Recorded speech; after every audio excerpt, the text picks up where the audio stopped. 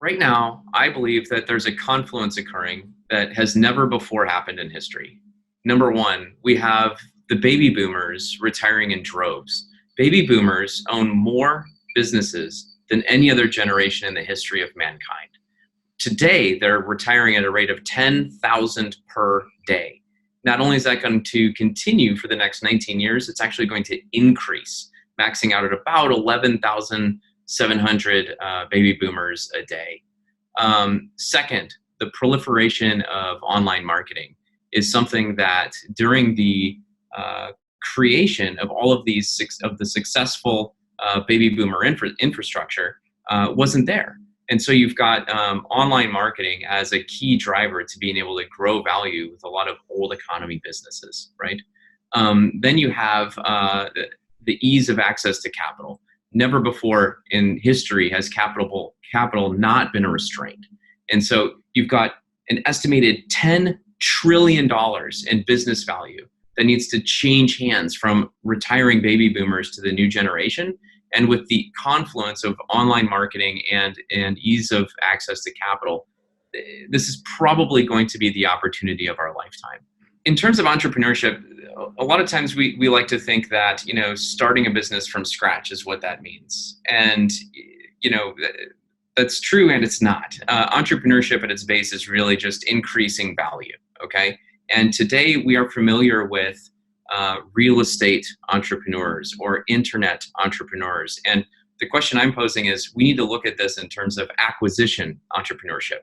In other words, using an existing company as a platform to kind of grow a business, an innovative business from there. Startups fail.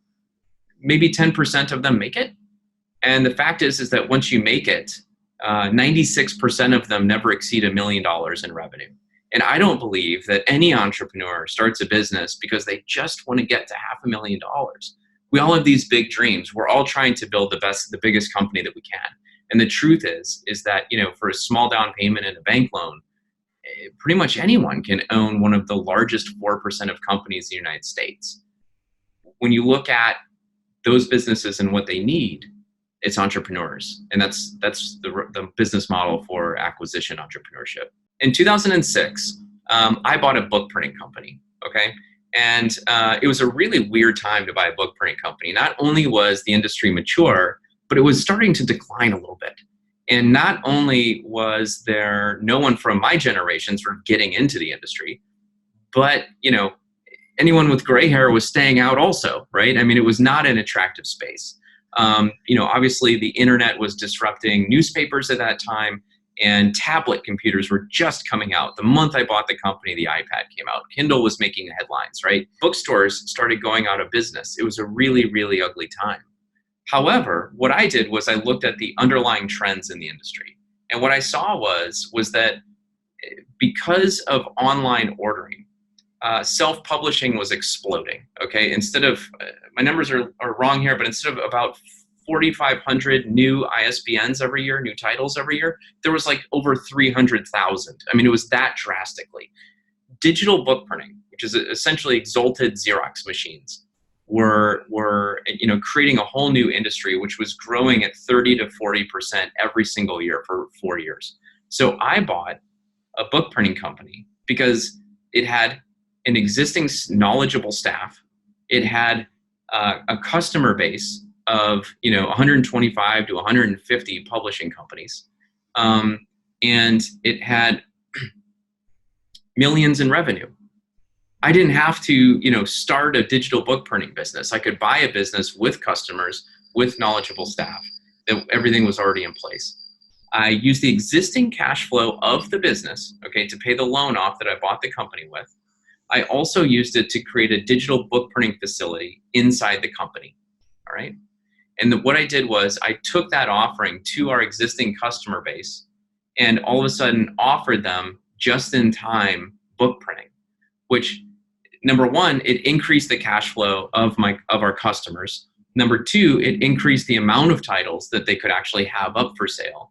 And number three, it actually increased the gross margin for the printing company, because the gross margin on a one-off book is a lot higher than the gross margin on running 5,000 books all at one time on I'll say the offset the old way of doing it, right? So in other words, being able to buy that infrastructure and then being able to innovate it by paying attention to the underlying trends in the industry is something equally as entrepreneurial as starting from scratch, in my opinion. Hopefully, when they read the book, they'll understand the business model of acquisition entrepreneurship. Hopefully, they'll understand the preparation that they need to take to get ready. Hopefully, they will begin to develop their target statement and understanding what it is that they're looking for and the characteristics to identify it, right? And part of the thing that I talk about in the book is, number one, you've got to get upstream. You've got to start making your own deal flow. And so by reaching out and building those relationships in your community, or even with certain online marketplaces, is a way to get deal flow directly to your inbox, right?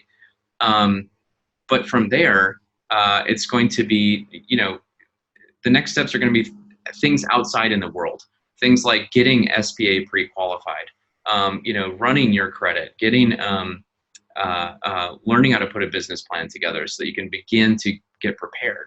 And ultimately, we've also got additional tools and resources on buythenbuild.com to help people in their journey.